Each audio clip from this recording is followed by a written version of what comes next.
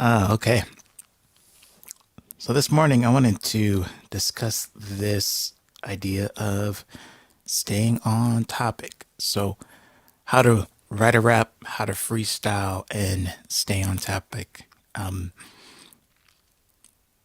and why is it so challenging? Like what makes what is it about the nature of rap that makes this like one of the most consistent questions and challenges that kind of come up for beginners. And yeah, it's just one of those things that it's just kind of a constant battle of this particular craft. So we're gonna get into it a little bit. But before we do, if you are checking this out, just let me know in the comments. They'll pop up on the screen, and you can let me know if you have any questions about what I'm going through. I'm going to use my OneNote app over here to be able to kind of demonstrate some of these concepts a little bit. And, but yeah, if you have questions, please let me know. And yes, I'm going to try to keep this to about, 30 minutes or less because it's the morning and I got a full day ahead of me today. After doing this stream, I'll have about 30 minutes before I have to prepare for my distance learning class with my freshman students.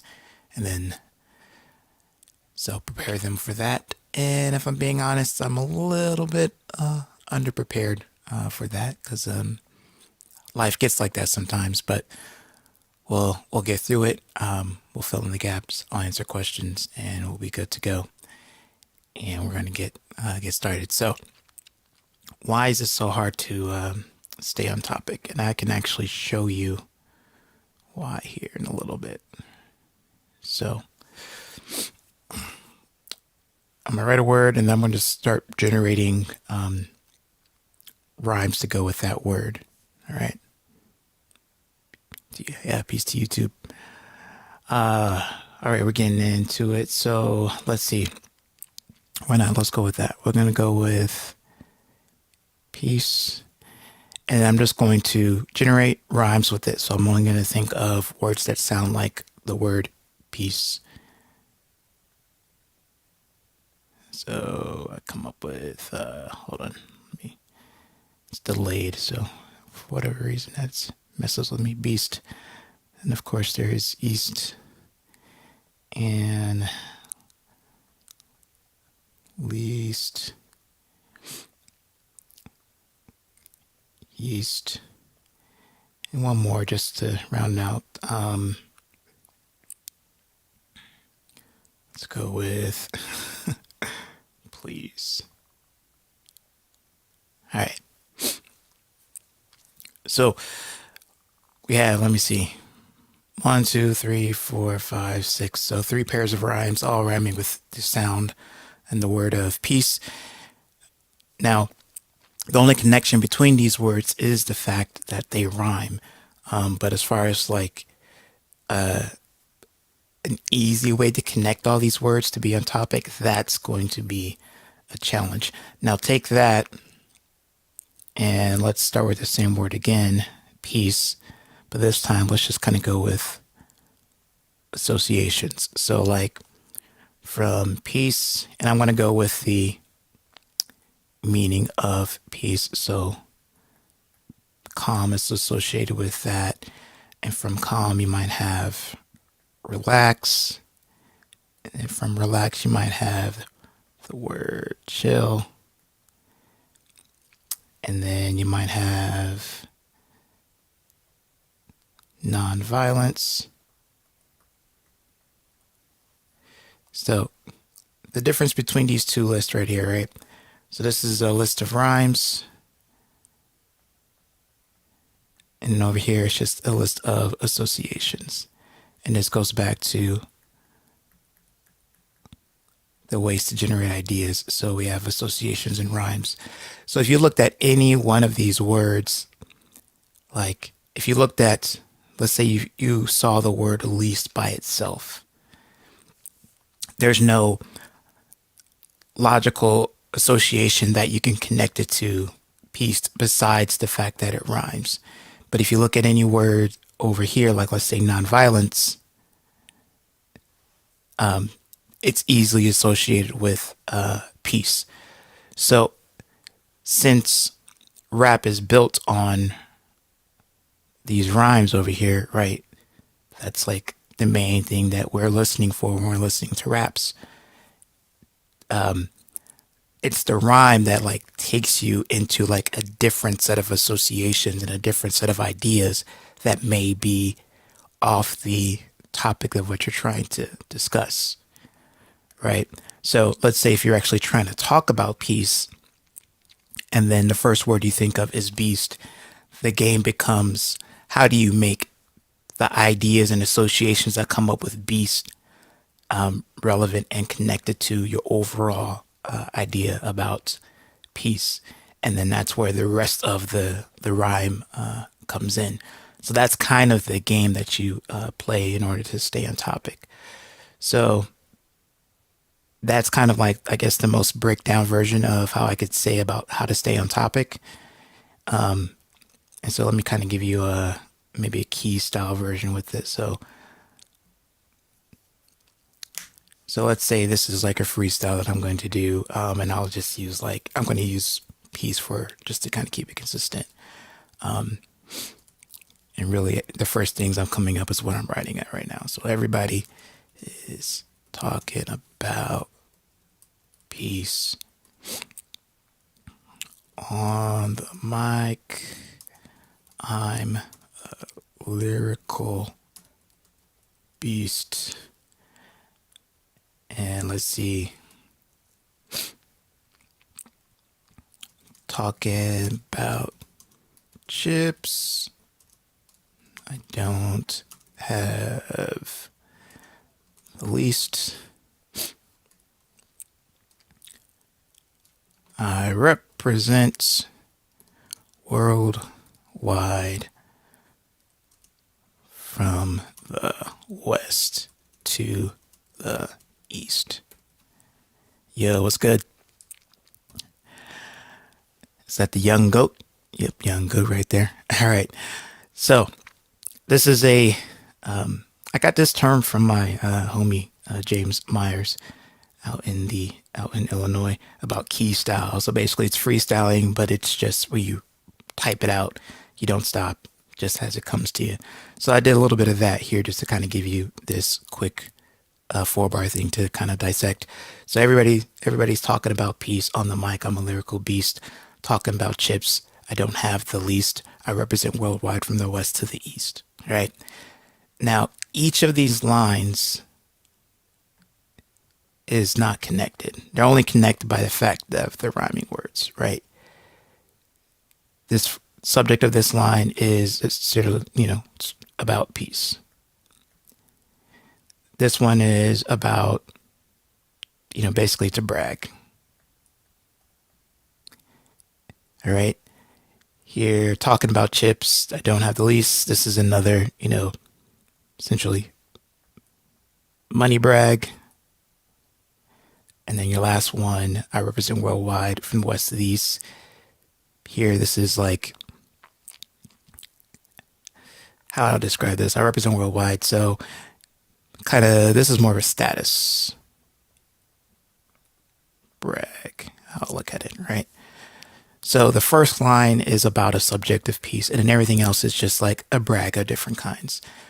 Now, let's say I am trying to write about peace. Like, let's say, if we're doing this traditional topic sentence style, your first line usually kind of sets up like, okay, this is what you want to talk about. So the game becomes, how do I keep these same rhymes, right? And still talk about my overall topic of peace. So one way to do it is starting to think about, okay, relationships, right? So I'm already identifying the relationship between, let me put it right here. If we're going to talk about like the relationship between peace and beast, for me, that kind of has like an opposite relationship. And so in my head, it's like, okay, I can come up with a statement that ends with the word beast and make it sure that it's kind of speaking to the opposite nature of peace, right? And then if I'm looking at the relationship between peace and least, and I think of the, hold on, can I scroll down somewhere? All right, cool. So if I think about that's the relationship between peace and least, what comes to my head is this idea of not enough. And I'm going to show you how I'll revise this to then make it more on topic. And then I'm going to do the same thing with peace and east.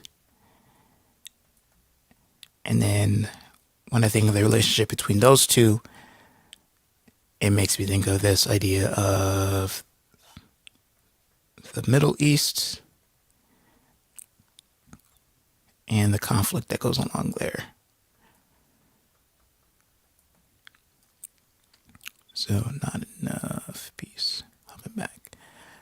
All right, so this is kind of like the meta of what I'm trying to do. So I wrote this verse kind of just like in kind of what comes to mind.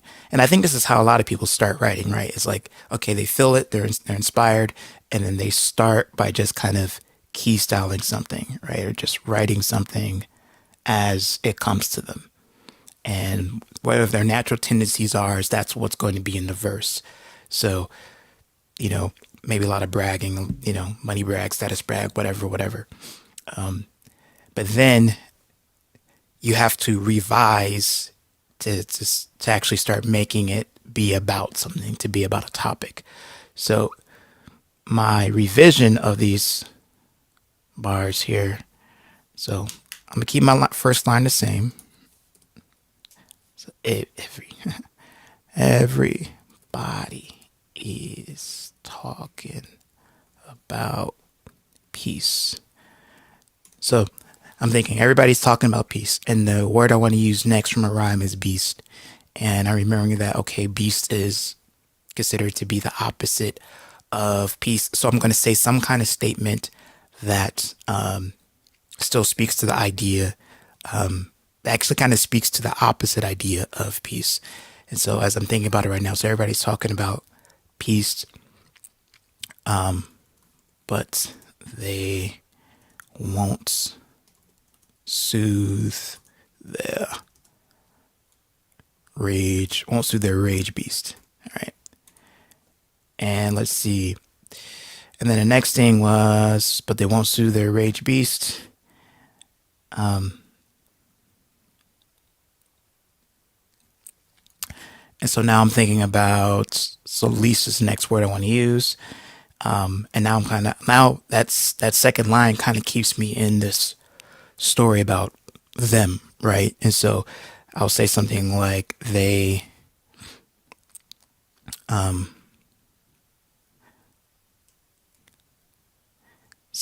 complain the most, but do the least. And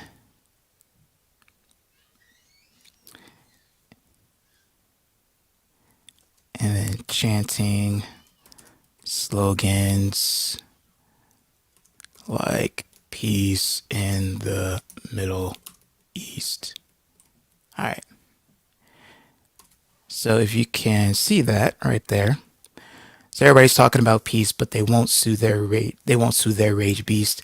They complain the most, but do the least, chanting slogans like peace in the Middle East. Right? So what we can see between these bars here is that the first one, not on topic, it's more of a freestyle approach. Like whatever comes up, you just put out there. And it's through this revision that you can go back and start thinking about the relationship between your topic and the rhyming words. So how to stay on topic The secret is basically whatever your topic is. Oops, let me switch to something darker here. Whatever your topic is, the question is, how do not do? How about this? How does it relate? How does it relate to the rhymes? So, in my simple schematic forms, it's the relationship between topic and rhymes. So this is how you stay on topic, is that when you are coming up with your rhymes that you want to use in a verse, you keep asking yourself the question of how does this rhyme connect to the topic, right? How can I make this particular word that I want to use connect to the topic? And the thing that you have to believe, and the thing you'll come to believe as you become just better at your craft of writing and better at emceeing, is that all ideas connect. So you can give me two perceived random things and I'll find a way to make them connect. And that is what happens when you get to as you go further along on your journey at emceeing, is that you'll be able to find connections between things that are just like so, like, you would not think that they relate to each other at all at first glance. And I would even say like that is the thing that makes rap its most magical, when it's like people find these crazy connections between ideas and they make it rhyme and they make it land on the beat. So that's how to do it. And question I guess I want to address is like when. So when is it important to stay on topic? Hey, what's going on? That is, let me see. Hold on. These guys? Is that it? Is that it? These guys? I see you. How you doing? The So when is it important to stay on topic? Because I guess I hear this question comes up too, especially in the freestyling realm, because obviously this is simpler to do writing, right? Now, the more you write, the better you get at finding these connections. But when you're freestyling, you don't really have the luxury of being able to like sit there and think about like how the words relate to the topic. So I would say that when is it better to like stay on topic and versus focusing on the rhyme? I say that it really depends on the situation you're freestyling in. All right. If you're freestyling like in a cipher with friends, people who understand the craft, then you do what you feel, right? You can stay on topic, but if you get off topic, default to the rhyme, just keep the flow going, keep the energy and the vibe high. So when you pass it off to the next person, they're able to like take that energy and run with it, right? If you're doing a radio show or you're doing a performance or you're doing something where the people that you're sharing your freestyle with aren't necessarily those that know the craft to the level that you know it, right? General public, so to speak.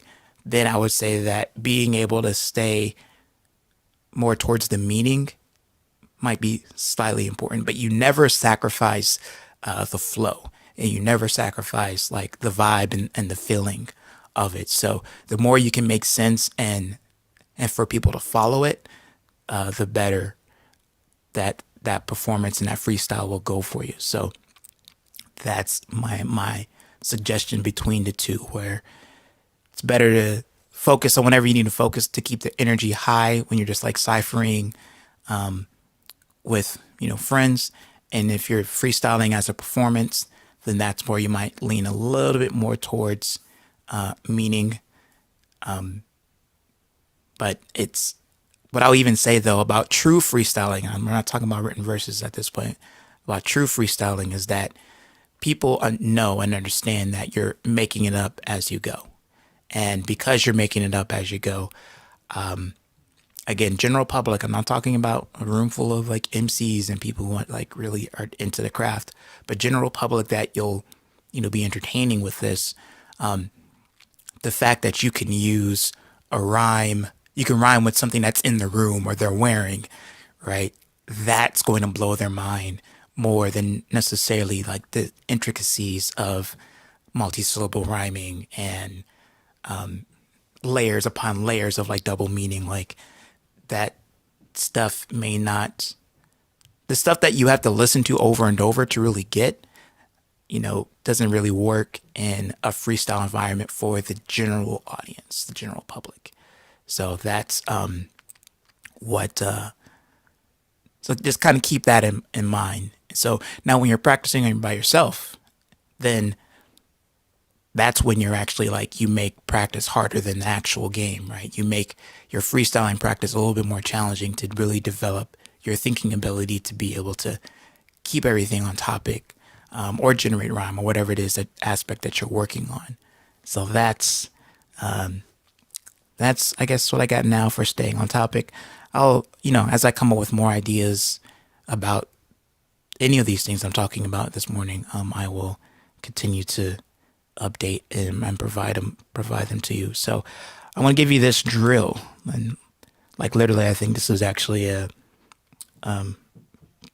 good drill to do to practice the skill of connecting rhyming words to a topic. So the first part of the drill is you make a list of rhymes.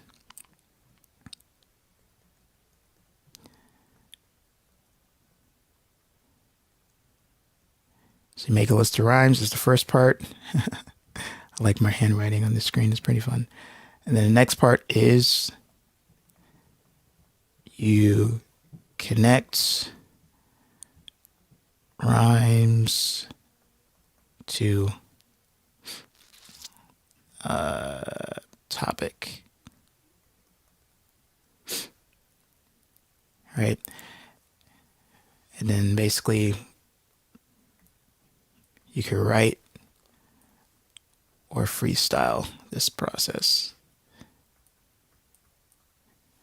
So I think doing it as a freestyle will really train the thinking, will have you really be like, okay, this is what I need to do to be able to, like, it just puts more pressure to be able to do it in the moment. And so that becomes the game. Same rhymes, but try to stay on a particular topic. And I think I might, with my master rhyme group that meets on Fridays, I think I'm going to try this out with them and see how it goes, see what they think about this drill. So your drill, make a list of rhymes, pick a topic, freestyle, rotate the topic, keep the same rhymes, and freestyle, and see what see how that helps. Because the more you practice the skill of connecting random rhymes to a particular topic, the better you get at that process of making connections, and the better you get at staying on topic. So, all right, so that's it for this live stream lesson for May Morning Flows. I have about 6 more minutes before I'm out of here. Are there questions for me? Are there questions? Type them in the chat if you have any questions. And while folks are working on their questions, I'll say this. If you are enjoying this content and enjoying this channel, support by subscribing to the channel and commenting on the video. And as well, being real about it, like quarantine has really helped me be able to figure out like where I want my priorities to go and where I want to shift. So I want to be able to provide more value to you through this channel. And I want to be able to, right now the quality is the best that I can do with this, as far as the video quality, but I like to be able to hire folks to make them more engaging and all that good stuff. So that requires, support. So I have a membership through YouTube. They're just starting at $4.99 a month. So if you really dig what we're doing here, join the channel. And for the month of May, my first 5 members will get a one-on-one coaching session with me. I've already scheduled, I'm in the process of scheduling 2 right now. I'm waiting for the third one. I have 2 more spots remaining. That's what I'm saying. I have 2 more spots. So join the channel. You'll get a free coaching session with me. And then also I'm going to be releasing premium content from my the freestyle blueprint, as well as how to find your passion in rapping. It's more flow mapping and flow webbing videos. So all that's coming, going to be available to members on the channel. All right. So let me check out this question before I get out of here. Let's see. It is, should I think of the second line first and then the first line? I would say it all depends on I would say basically you need to be able to do both, right? When you're writing, you have the luxury of like moving lines around. When you're freestyling, not so much. I say if you're trying to end strong, think of the second line and then put the line before that. If you're just trying to keep the flow going, then think of the lines as they come, right? But I won't say one is not better than the other. It's all depending on the purpose and the context of what you're trying to do, right? Now, let's say you write a line, you're like, "Ooh, that line was fire." Then that might need to be your second line, because that's people tend to remember the last thing you say. They tend to remember the start and the end and the middle, not so much. So that's kind of why the first line is important and the last line of a verse is important. So if you write something, you're like, "Oh, that's a really dope line and a dope idea," then that might need to be your second line, depending on, and create something to end with that.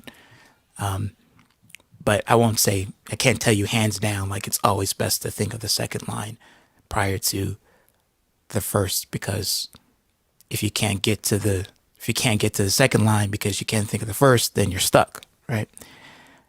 So what's the next question here? So the process of writing catchy hooks. I'm gonna tackle that one too. I will just say that the process of writing hooks. So how I like to think of this stuff is that there's the subjective parts, which are like, I could teach you how to write a hook.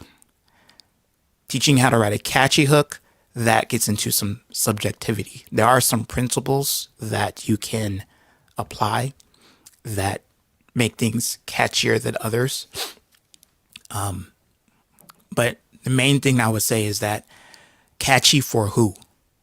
Like when you're trying to write a catchy hook or you're trying to write anything that's interesting, you need to think about who the listener is, right? And will determine if it's catchy or not.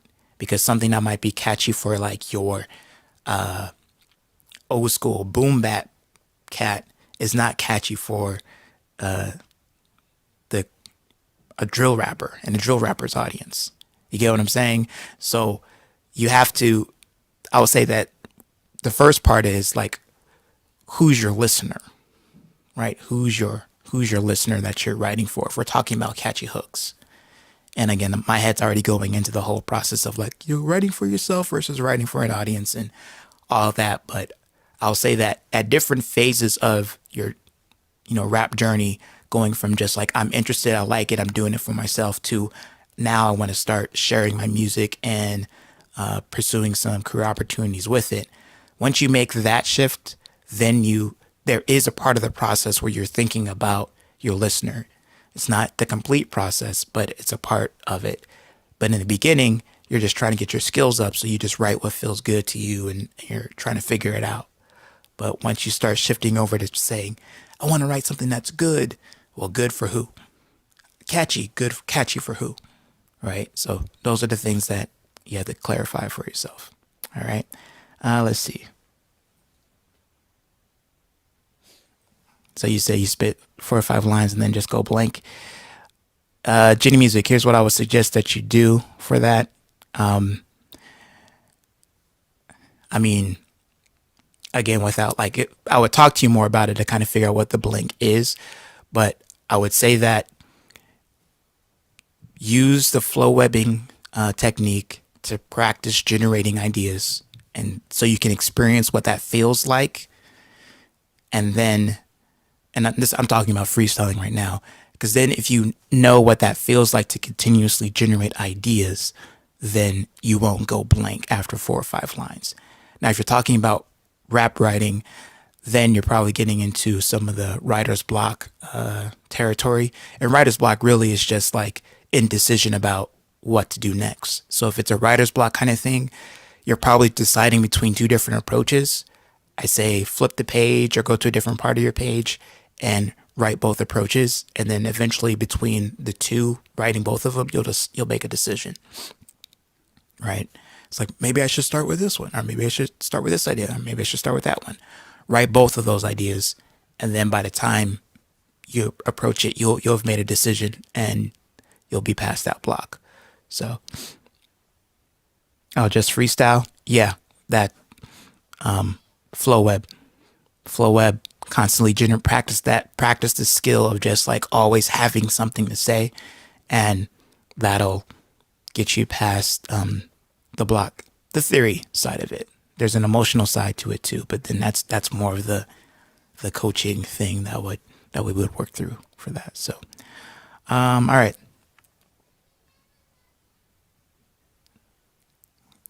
Okay. Well, maybe I'll talk about that tomorrow. I'll talk about that tomorrow. About getting stuck, because I think that's definitely a big challenge as well.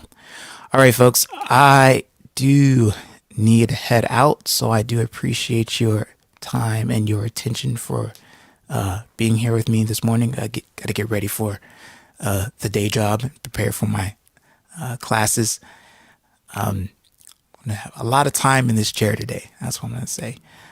But again, thank you. I appreciate you.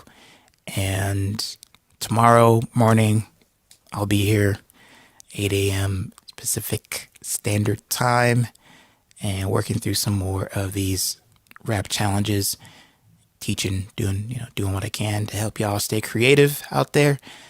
So until next time, it is not about perfection. It's about connection.